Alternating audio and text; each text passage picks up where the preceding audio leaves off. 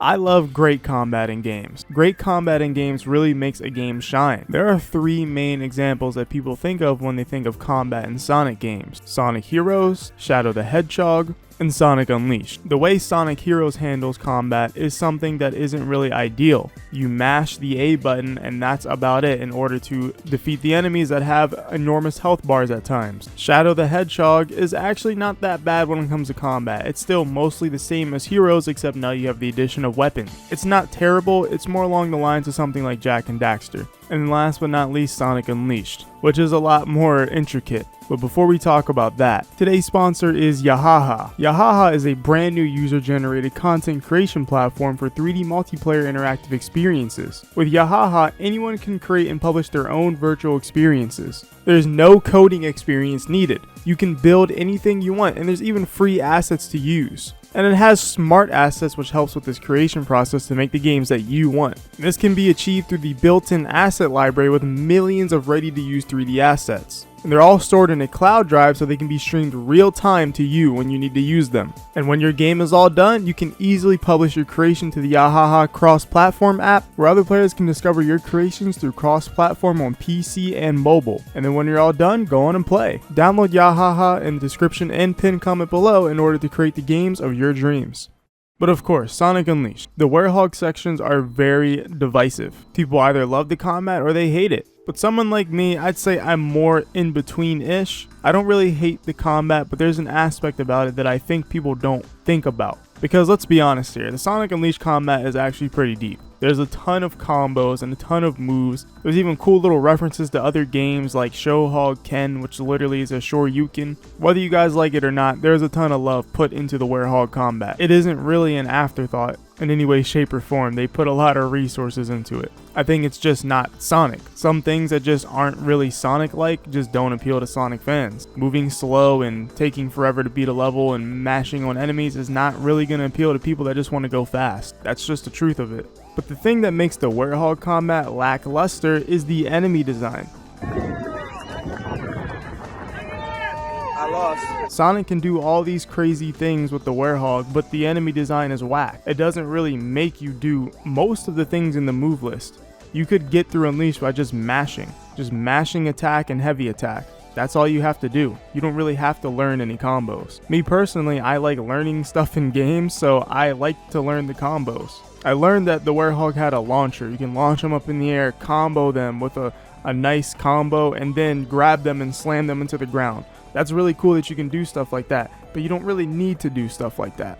But then here comes Sonic Frontiers. Sonic Frontiers combat does not look nearly as deep as Sonic Unleashed does in terms of the move list, but that doesn't matter. I'm going to tell you why it doesn't matter. I'm going to use Kingdom Hearts as an example. Kingdom Hearts is a one-button game. You don't really need to press any other buttons usually when it comes to initiating your main attack. But Kingdom Hearts has some of the best combat, I think, in all of gaming. Some of the boss battles require some of the greatest amount of dexterity and skill out of any player. And Sonic Frontiers combat is reminding me of Kingdom Hearts a bit. Obviously, we know there's heavy attacks, which is a little bit different than Kingdom Hearts, but it has that similar kind of flow to it. You initiate a combo with one or two buttons, and then a finisher appears. That's very Kingdom Hearts-like, especially the air combat. But Kingdom Hearts bosses are some of the best designed bosses in gaming. You really have to learn exactly what they're doing and the timings for everything, and that can really enhance the combat no matter how simple it is on the surface.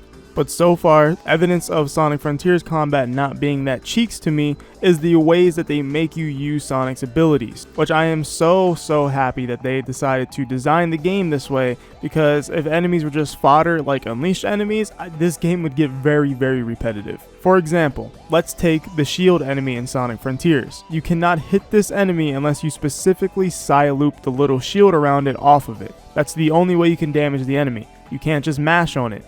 We also know there's enemies like the bangers, which are the little red sphere wheel thingies that follow you. They literally chase you down and blow up on you, and you have to deal with that in a unique way, which is not the same as just, oh, let me just mash square. And then we have the glob of orbs that all stick together. We know if you mash on them too long, you'll get electrocuted and it'll knock you off of the enemy.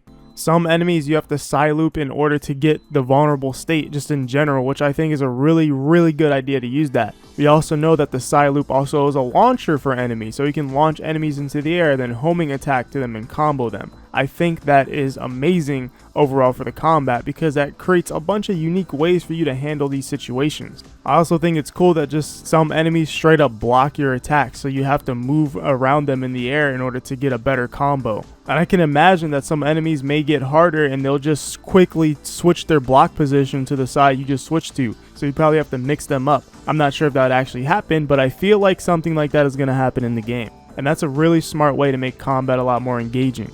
And of course, with the Titan battles, there's multiple ways you can attack the Titans. You can go up on the top, hit them on the top, or you can do an Empire Strikes Back style and just take out the legs, which I think is really cool. I think these are the things that's going to make combat the most fun in the entire series, and why I think Sonic Frontiers won't get that stale or repetitive if they keep introducing new ways to handle enemies. And I think the best thing about the combat, honestly, is that you can move fast while doing everything. There's one gameplay clip where Sonic's just zooming around fighting the enemies, and I was just like, yeah, this is Sonic. I like this. And that's why I think it'll be the best combat in the series. But if I'm being quite honest here, that isn't a huge achievement because combat in this series has not been the greatest. But I think this will be the one to stand out the most out of all of the combat types. Even more so than the Werehog. And it's not even a complexity reason, it's literally just a simple, fun, and working reason. But those are my thoughts on the Sonic Frontiers combat and what I think it'll be like and why I think it'll be the best in the series. And if I'm wrong, then guess what? I'll just eat my words and the combat's doo-doo cheeks. That's just how it rolls. But this is just how I'm feeling right now. So let me know in the comments below. Are you excited for the Frontiers combat, or does it look stale or boring, repetitive to you? Make sure you drop a like and subscribe. And like always, I'll see you in the next one. Well, whatever happens, happens.